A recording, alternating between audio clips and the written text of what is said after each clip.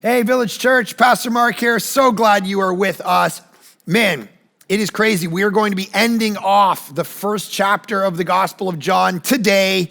That's nuts. I know you all thought it would take longer than this. Here we are at the end of January, and we're already done the first chapter of the Gospel of John. So good, and hopefully you are just hearing the voice of God through it and calling you to things. We've been talking about this, the identity of Jesus, discipleship and response to him. That continues today. So John chapter 1, and we're going to pick it up in verse 47 where we left off at 46 last time. And so it says this: Jesus saw Nathanael coming toward him and said of him, behold, he says, again, this is a word that John the Baptist used about Jesus, got this emphatic behold, all right? So not only are people excited about Jesus, Jesus is excited. And he is Dallas Willard talks about the idea that Jesus Christ, we oftentimes don't think about this, he's the smartest man that ever lived. There's a book by a guy named Dan Ortlund, and it talks about how Jesus is gentle and lowly in heart, and how he's there, and it's talking about the heart of Christ for sinners and sufferers. And this idea that Jesus is for us, Jesus is compassionate, Jesus is watching, and he's actually a God that is for us to such a point. He points out in the book that there's only one time in the 89 chapters of the Gospels, or however many, there's one time where Jesus tells us about his own heart. And it's Matthew chapter 11 where he says, I am gentle and lowly in heart. One time. And it's this idea that if you want to know what drives me, if you want to know what wakes me up in the morning, if you want to know how I feel about you, I'm gentle and lowly in heart. I'm for you. I can take your suffering on myself, because he goes on to say, my yoke is easy, my burden is light. In that passage, the idea that I'm not looking down on you like a vengeful, like picture Jesus as he walked around and did ministry. He was for people. He was compassionate for people. He loved people. He served people. He laughed with people. He told stories. And so he looks and Nathanael says, behold, right? Like we don't picture Jesus doing like, behold, but this is what he does. He says, behold. And then this is fascinating. What does he say about him? He says, he's an Israelite. I'm going to come back to that in a sec. Indeed, in whom there is no deceit. Now you and I, we might miss this, because if your mind and your heart is not steeped in the Old Testament story, then we miss the irony of this thing. So what is an Israelite? We just kind of pass by that. We're like, all right, he's a Jew, I guess. But the word Israel came back from the book of Genesis, came from the story told of who? His name was Jacob. All right? So Jacob gets his name turned into Israel. Now, Jacob, literally his name means deceit, right? So when you read Genesis, go read Genesis, pick it up in chapter about 23, 24, you start to get the story of Jacob and Esau. And Jacob and Esau were twins that were born from Isaac. They were Isaac, so you have Abraham, Isaac, Jacob. So they were Isaac's kids. Jacob and Esau are born. And Esau comes out hairy, and Jacob is grabbing his heel. And so they come out. Actually, my buddy Sean, I've told you about him. He started a burger joint called the Burgers Priest years ago. And now he started a pizza joint. And within that, he's getting into making donuts. And he's making these fantastic Californian donuts, going to blow up, going to be crazy. But anyway, the name of his donut shop, it's called Harry and Heels. And it's a picture of a big hairy guy and a guy behind him grabbing his heel, because he's basing it on Jacob and Esau. So here you go. So you got Harry and Heels coming out, right? And the parents look and they name this guy Jacob. And literally in the Hebrew, the text tells us his main name means deceiver.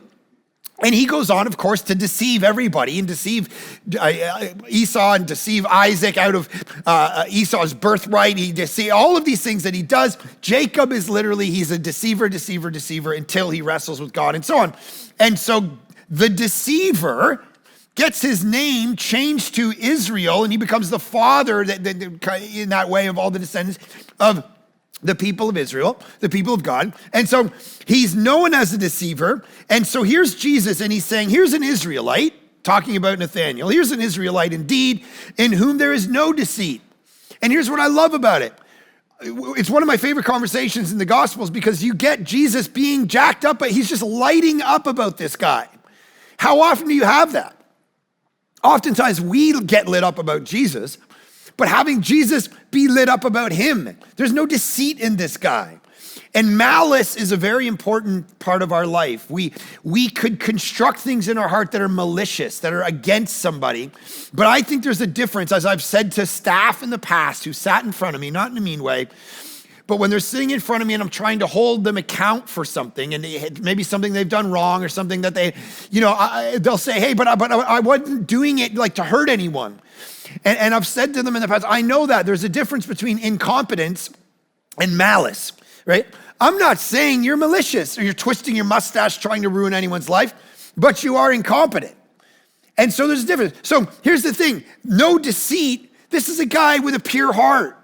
This is a guy who doesn't maliciously try to ruin people's lives. And you start to think about your own life in reflection of Nathanael. Are you someone who not only you might do fine things, but you do them maliciously, or you might do evil things, but you do them maliciously? Or are you someone that Jesus could say, you're without deceit? You're not maliciously out to ruin people's lives. And what I love about this is he's jacked for them. It's just like Jesus in heaven is going to be like, Aaron, come here. Look, this is the woman who was a prayer warrior. This is the woman who raised her kids so well. Look, behold, an Israelite with great competency to raise children. Hey, Brian, look at Brian. This guy knew how to raise money. When he raised that money, he would give it to the church and he'd give it to missionaries and he'd give it to help build village churches, $30 million building. Ding. He did these things, amazing. And look at this one. Sarah, you did that soup kitchen. You served the kids in Uganda. Look at these guys. He's celebrating them. It's beautiful. Jesus is for us. And so often we picture heaven's going to be like, oh, Jesus, I'm sorry. Behold, an Israelite, like I'm jacked about this person. Can you think about that in regard to where you start with people when you start telling them about your faith? Oftentimes we start with, you're a sinner, and I'm going to tell you the solution. What if we started with, God is for you? He celebrates you and I celebrate you. You are doing great things in your life. I saw what you did with this. I saw what you did with that. Read Carnegie's book, a very famous book, How to Win Friends and Influence People. He talks about the idea of how do you draw a bee? You draw a bear. You draw a bear with honey. You don't draw a bear with telling them what they've done wrong in their life all the time. You draw them to a sweetness and to a thing. And Jesus is affirming this guy. And maybe next time you do evangelism, you should think about being excited about the person and starting with that. Now, there's another piece of this you got to think about. There's a bunch we could take out of here. He's an Israelite that needs to come to Jesus. The people who need to come to Jesus, and this guy's without deceit, and he still needs Jesus. The people who need to come to Jesus aren't just sinners. They're the righteous people. They're the religious people. So some of you have been watching this, you've been going to church your whole life. And you've never you've never watched a bad movie, you've never sworn, right? As sometimes I say, except for like Christian swear words like, oh, fung mung or whatever, like you're raising your kids right. You always give, the problem with that is there's a lot of people who attend First Baptist Texas that are going to hell because they haven't actually met Jesus. They're without deceit and they're Israelites in the sense that they're religious people. These aren't pagans. Jesus isn't talking to pagans yet. He's talking to the people, the Jewish people who are they're already reading their Bibles. They're already going to synagogue. They're already, and that's what's scary about this, is you could go to church your whole life and think you know him, but you don't actually know him. And there's like the older brother and the younger brother both need to come to know Jesus. And so now here's the other thing about this. Nathanael, if you read Matthew, Mark, and Luke, what are called the synoptic gospels, the other three gospels, he's not listed in the list of the disciples. You need to read John in order to know anything about Nathanael. And what I take from that is that it doesn't mean he's not important. It doesn't mean God doesn't care about him. It doesn't mean, it means here's John elevating him to say he's a regular Joe. This is why, I'll explain it this way. You all know I'm Lord of the Rings fans by now. You kind of wait every week maybe for a Lord of the Rings or a C.S. Lewis reference.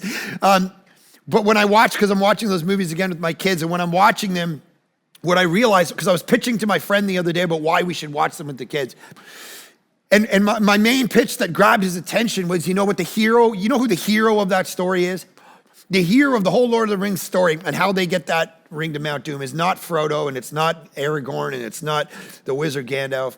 It's Samwise Gamgee, the friend who says, I can't carry the ring for you, but I can carry you. And he keeps him from the temptation, and he keeps him safe, and he gets him there. He's the hero of the whole story. What I love about that story, see, you can watch Marvel movies, and I love Marvel movies, don't get me wrong. But here's where I love things like Lord of the Rings more than that, is that it's not superheroes that win the day. It's regular, ordinary folk who have no superpowers that need to do it. It's the hobbits running around. It's them who need to, and they're humble. And in the end, everyone bows to them. And it's like this beautiful biblical image that like the humble will be exalted and the exalted will be humbled. Everything's going to turn in the kingdom. And it's the humble people. It's the regular people, the Nathaniels of the world, the regular Joes that God is going to use to do great things. There's a campaign right now in light of some recent pastors that have got into trouble and fallen into sin and cheated on their spouses and got fired from their jobs recently. And there's this campaign, Make Pastors Uncool Again, right? And I kind of get it, because it's like, remember when pastors were like, yeah, you'd listen to them, but they weren't like the people you wanted to hang out with.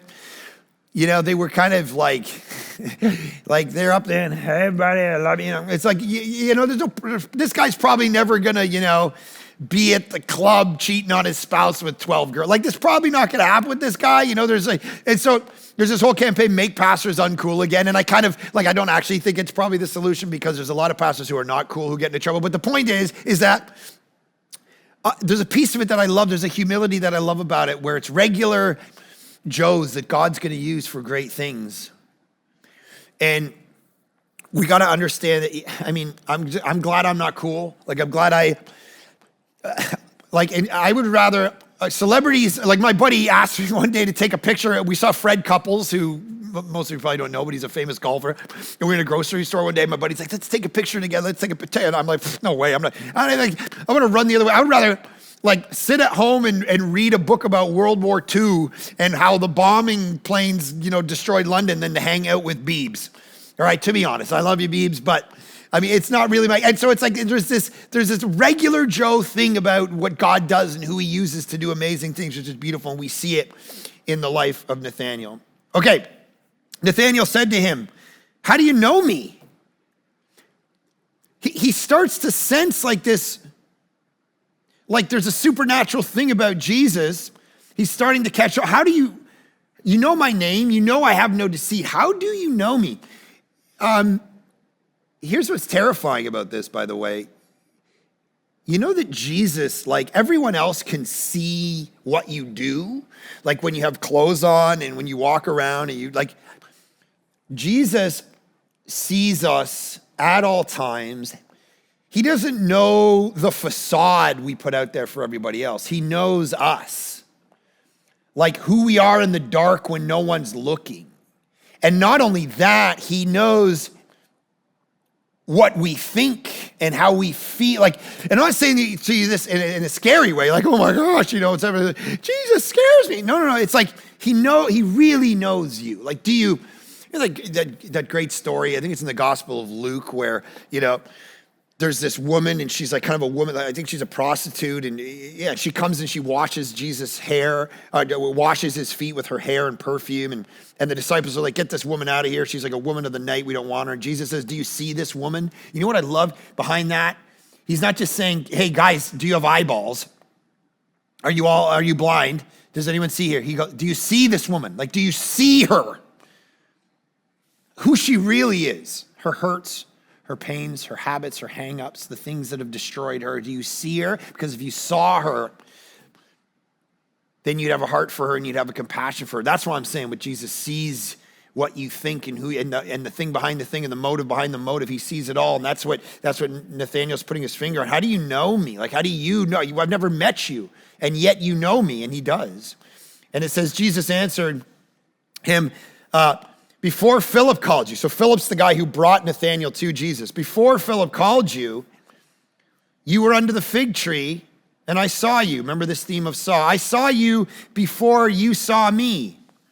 It's a beautiful thing. I saw you before you saw me. J. Ramsey Michaels, who's a New Testament scholar, says this: before Philip called to you is to establish priority. What counts is not that Philip found Nathanael, but that Jesus had already found him. And Philip has been acting as Jesus' agent, consciously or not. That's beautiful. C.S. Lewis puts it this way: people who are naturally religious find difficulty in understanding the horror of such a revelation. Amiable agnostics will talk cheerfully about man's search for God. And Lewis says this, to me, who said he was the most reluctant convert in all of London, to me, as I was then, they might as well have talked about the mouse's search for the cat. Point is what is happening here? I already knew you before you found me. I already searched you out.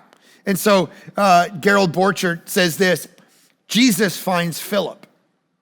Philip in turn finds Nathanael, and Nathanael says, we found him. But it's intriguing to ask the very simple question, who really finds who? Christians frequently say they found Christ or found faith, but from Jesus' perspective in these stories, it alters such a self-centered view of salvation. It was not Jesus who was lost, Burchard says. And so here's the hound of heaven working on us. You look back at your salvation story and the kinds of pivots and things, and a parent that did this and a move there, and I met them, and then this happened, and I got thousands of those little steps you go back that Jesus was working. There's another cool thing about this. Before Philip called you, I already knew you. It's beautiful. And then he says, under the fig tree. You know we just kind of read that. We're like, whatever, that was just a tree. Man, everything's going on here. To Jews, the fig tree had all these Old Testament images of Israel, and they'd go under the fig tree to find security and protection. But the Talmud, which was it wasn't part of the Bible, but it's part of what the rabbis would tell the young Jewish men to do, is it would be teachings. A Talmud were a bunch of teachings, and they would instruct the young men to go under fig trees because of the shade, and to sit daily and read the scriptures. And so there's this piece of, what were you doing under the fig tree, Nathanael?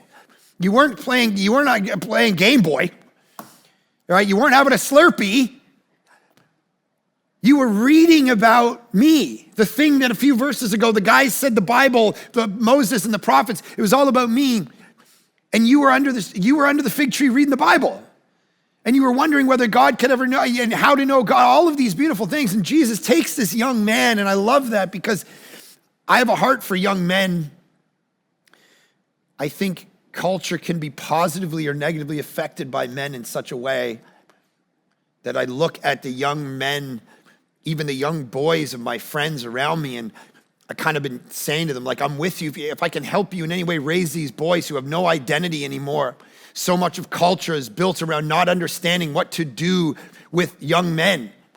School, I've seen so many parents sit and just say school, education, the present system seems to not know what to do with men. It seems to kind of look at men as like failed girls, like young boys. They don't know what to do with them, identity, and all of these are massive questions, and we watch a culture derail. You can read the one report by Zimbardo called The Demise of Guys, and see the porn, and see the uselessness, and see the dysfunction, and see the abuse, and see the violence, and see the gangs. And Jesus looks at this young man and says, I got a vision for your life. You could you could do amazing things. Don't derail your life in gangs and nonsense, and be a man that stands up and fights for something and leads and loves and serves and sacrifices, that learns the ways of Jesus. It's a beautiful vision for how you could affect Canada or affect whatever country you're watching from. We need a generation of young men who've been found by Jesus who sit under trees and study the text and go out and live a life that changes the world under the leadership of Christ rather than wasting it on video games and nonsense. Jesus will give you an identity and a vision. You knew who I was. I knew who you were before you knew who you were, and I invited to do something special in your life. Do you want to take that invitation? That's what he's saying. Nathanael answered, Rabbi, Rabboni, you are the Son of God. I mean, there's a beautiful, amazing new title. You are the King of Israel. I was sitting there reading and wondering about the vision for my life, and you came in and gave me a vision. You read me out. Here's the man who understands my dreams. You are the Son of God. You are the King. I will follow you to the end. I will go with you to that. You are my leader. You're everything to me. You understood my dreams. It's a beautiful thing that God has birthed in all of us these dreams. And my prayer for you is that you can rediscover them for yourself. And so Nathanael's responding and going, man, you so became part of my life. I have nothing, I can do nothing else but offer you my life. And so he said, it says verse 50, pick it up. Jesus answered him, because I said to you, I saw you under the fig tree. Do you believe? Because I said to you, I saw you under the fig tree. Do you believe? Like, so he's pressing, what's the motive behind, you've come to believe. Beautiful. See, here's the thing for us. We oftentimes, most of the time, celebrate when a person believes in Christ, right? We are jacked up when someone shows interest in Jesus, gives their life to Jesus, walks down the altar, raises their hand, gives their life to him. We get excited, and that's beautiful when they believe, and we celebrate that. But Jesus here and in 100 other stories in the Gospels asks a further question that's harder, which is the question of why. The question of motive. Why did you believe? Because I know people who've become Christians for lots of reasons. To get that girl, to get some business connections, that maybe he'll take away my sickness or my fear of death, whatever. The question of motive behind belief is fascinating. And he's saying, I want you to explore why you even came to this belief, Nathanael. Not just that you believed in me, but why? That's a massive question. What are your motives behind the motives for why you're becoming a Christian? And you got to ask yourself that every day. Why am I following Jesus today? Why am I trusting in Jesus? Why? What's the why? Just the self-examination. It's fascinating. And then his point is, because I saw you under the fig tree, you believe. You're going to see greater things than these. Meaning, have you believed because you think there was a supernatural miracle thing where I could kind of read your brain and I was hovering above you? I was like, had a ring on like the Hobbit. I was kind of looking at you invisibly and went, okay, fig tree. And then I took it off. I went, Nathanael by the fig tree. Like, is that why you so quickly went, oh my goodness, you're my king? Is that why? He challenges it, not because we shouldn't look for miracles in our life. I think we should. I think the book of Hebrews says people will believe because of miracles. I think all the way through the Gospel of John, we're going to see it in the next couple stories. They saw and they believed. There was signs and people believed. Great. He's challenging up front the idea of basing your whole life and faith in your Christian experience on seeing miracles. He doesn't want that because they're a tenuous foundation in which to build your life. Because the question is, what happens when the miracle doesn't happen? I didn't grow up in church, so I didn't tend to have a lot of conversations around the dinner table about miracles. But I know those of you who did, you talked about it, right? God showed up here. He healed that woman of her tumor. He got that guy his parking space at Walmart that he prayed for. Oh boy, that house that the Joneses got. Can you believe how that house got through? They weren't even looking and it came on. It's kind of dinner conversation for those of you who grew up in the church. And that's beautiful and that's good. And it's great when God does a miracle and he heals. It's a beautiful thing. And we need to pray and believe for that. The problem is with every miracle that's done, there's a backsided hurt to it sometimes, which is, where was my miracle when I needed it? Why didn't the tumor disappear in my aunt's body, or my best friend's, or my mom's? Or what about when I needed it, or my kid needed it, or my finances needed it, or my spouse needed it? What about, we shouldn't miss the fact that there aren't more miracles in Jesus' life than, we shouldn't miss the idea that Jesus did probably, depending on how you count them, 36 miracles in his lifetime. I mean, he did a lot more, but the Gospels collectively give us 36. Of course, John tells us he did a lot more, but we didn't write them down. 36 miracles. But what hit me about that when I saw that number is like, why not more? Why only 36? 3 years of ministry, 30 years of life? That's like, if you did 3 years of ministry, that's 10 a year. Why not more? I'm about to come out with this book, The Problem of Jesus, in a month. And can I read you? Don't tell Zondervan, okay? Shh, it's just between the two of us. I'm going to read you a paragraph or two from that book where I try to speak to this exact question. It's in the chapter on miracles. So I'm going to give you a little sneak peek, right? You can order your book at Amazon.com. Okay, listen to this. Why 36 when he could have done so many more? Why so few? I think it's because Jesus knows something that we know but refuse to embrace. That in life, there are no easy, quick answers.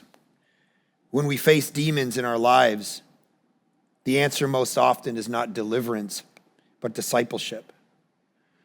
The porn addiction or shopping addiction doesn't just disappear overnight. It takes time and hard work.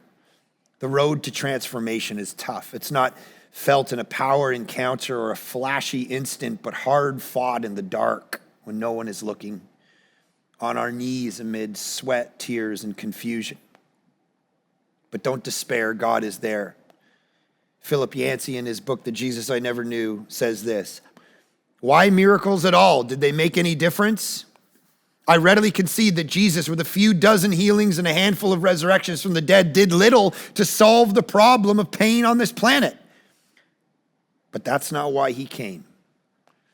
Nevertheless, it was in Jesus' nature to counteract the effects of the fallen world during his time on earth. As he strode through life, Jesus used supernatural power to set things right, which were wrong. The miracles give me a glimpse of what the world was meant to be, and still hope that one day God will right its wrongs. To put it mildly, God is no more satisfied with this earth than we are. Jesus' miracles offer a hint of what God intends to do about it. Meaning, they're this beautiful revelation of God and picture of what God intends to do with your life even. But he's got a much bigger story than making your 80 years the best. He's trying to show you what the next 80 million are going to look like, and the 80 million after that. And so sometimes the miracle doesn't happen. And does that mean he doesn't exist? No, that's his hesitation with Nathanael. Don't base your whole life on experiences of miracles. This is why, by the way, philosophically as a church, we do this and take you through the scriptures. I had a friend ask me on a podcast recently why I do that rather than just getting up and kind of preaching themes. And I said very simply, it's because, A, I'm going to get hit by a truck one day and be done. But the bottom line is, what do I want you when you get that diagnosis or lose that family member, loved one, and you wake up and you can't even think, you can barely drag yourself out of bed? What is going to put steel in your spine in the midst of the suffering of life? What's the thing that's going to shape and form your heart and your mind more than anything? Not fun sermons and getting together at services and making sure you feel energetic, because if that was it, then you'd need the hit all the time. You need to come back to another service and let me get up there and stomp around and make you laugh and share my stories that all start with the letter J or whatever, and you'd be addicted to that and you'd need that. The reason I want your life to be built on the word behind the word, the scriptures that could steal in your spine even when I'm gone and you can't get together and have an experience and feel it and you know it. And it gives you the hope in the midst of that. You build your life on this rather than the addictive back again reality of experience, which can lead you astray at times. This is why Jesus is saying, be very careful not to build your whole life on the feelings that experiences of miracles will give you, because they run out over time. Sooner or later, God's answer to the question of whether we need to die and can he heal that disease is, no, it's time to take you now. And if that's what you build your whole life on, then it will crumble in the midst of pain and challenge. So he says, verse 51, he said to him, truly, truly, I say to you, you think that miracle is great?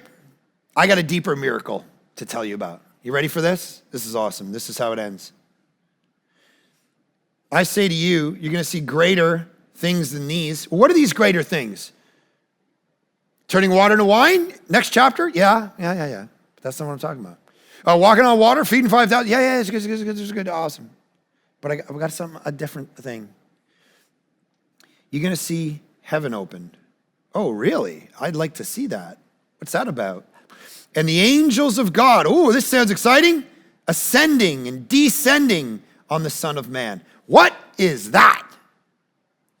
Are those crazy miracles? We're going to see angels dancing around on you? What? This is going to be crazy. Talk about basing your life on miracles. No. He's saying, I got a greater miracle that you're going to have to look to and define your life by. You know what it is? In Genesis 28, Jacob, remember Jacob we were talking about, the deceiver? An experience happens called Jacob's ladder, where angels are climbing up and down a ladder. And Jacob is in a place where he's meeting with God. And it's recognized as the locus of the presence of God. Was this place where heaven and earth were meeting on Jacob's ladder between Jacob and God. And this was a very famous story in Israel at the time where the angels were going up and down and there was the presence of God was there and he was meeting with Jacob. There's a special moment. And what Jesus is saying here is he's saying, listen, you want to know where the locus of the presence of God is now? It's me, the Son of Man. I'm the place where heaven and earth meet.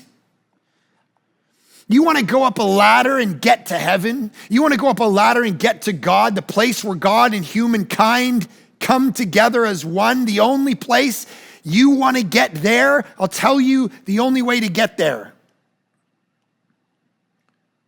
The Son of Man is now the place. I'm the ladder. And so Leon Morris says this, the Son of Man is the means of bridging the gap between heaven and earth. The Son takes the place of the ladder. It is through Jesus that human souls can mount the ladder which goes to heaven. He's going, I'm the only place that happens. He is answering the ultimate question of humankind that all religion is trying to answer. How do I get to enlightenment? How do I get to heaven when I die? How do I get to paradise? How do I get to all these questions that all these religions are trying to answer? He goes, I'll tell you how to get to God, the true God. It's through the Son of Man. It's through me. And now I'm going to give you 20 chapters. I'm going to tell you all about me and how that all works. Are you looking for the ladder somewhere else in yourself, trying to get your way to heaven? Other religions trying to get your way to heaven. Jesus is going, no. Exclusively me. Give yourself to me. So Lord, I pray that we have the courage to do that everyone watching this would see the ladder between heaven and earth, the place where you dwell, the calling of you to draw us to yourself is only in this one that Nathaniel fell in love with, and that the story is trying to pull love and affection out from us. And I pray that that happens, that our hearts and minds and souls are stirred toward you, Son of Man. All the titles that you have in this first chapter are unbelievable. There's 20 things you're called. The Word, the Light, the Lamb, the King of Israel, the Son of God, the Son of Man, the Rabbi, the Messiah, all these beautiful things about you, just this litany of things. I pray that we learn to relate to you in all of those titles. That one of the great points of discipleship of our life is to figure out how to cherish and treasure you the way that John 1 has cherished and treasured you and presented you to us, all the fulfillment of all of life and everything in it. That you would become the center rather than us. God, Holy Spirit, do that work among us. Let our hearts soar for that very thing. Let this chapter inspire that in us and change us for the rest of our life to our dying breath, where we take Jesus up the ladder to meet with you finally and experience the pleasure and delight that you offer us in him in ways we can only imagine now. Do that among us. And let us be faithful unto the end, to the one that bridges the gap between heaven and earth. In Jesus' great name we pray. Amen.